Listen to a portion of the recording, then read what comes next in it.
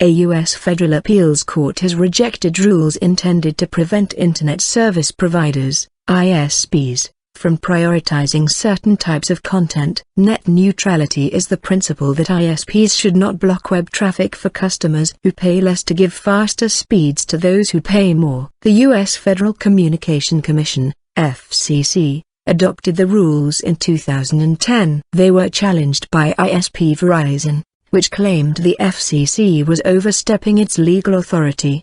The court agreed. Supporters of net neutrality said the ruling was a major threat to how people use the Internet, free speech. The rules were designed to ensure that small or startup organizations had as much chance of reaching an online audience as a large, established company. But broadband providers argue that some traffic-heavy sites, for example, YouTube or Netflix, put a strain on their infrastructure.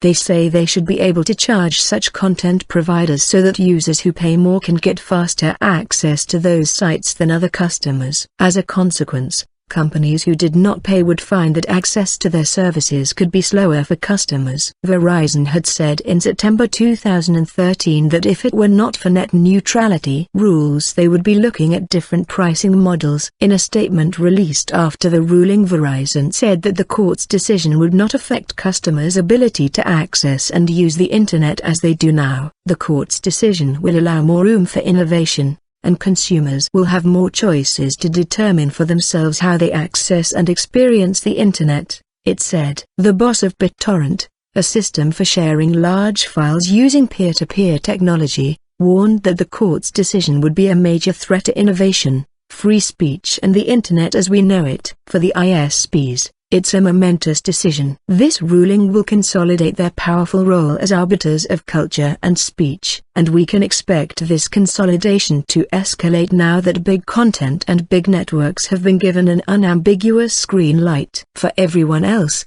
permission to play, the ability to even compete, will come at a cost, said Chief Executive Eric Klinker. The FCC said it would consider appealing. Chairman Tom Wheeler said, "We will consider all available options, including those for appeal, to ensure that these networks on which the Internet depends continue to provide a free and open platform for innovation and expressions."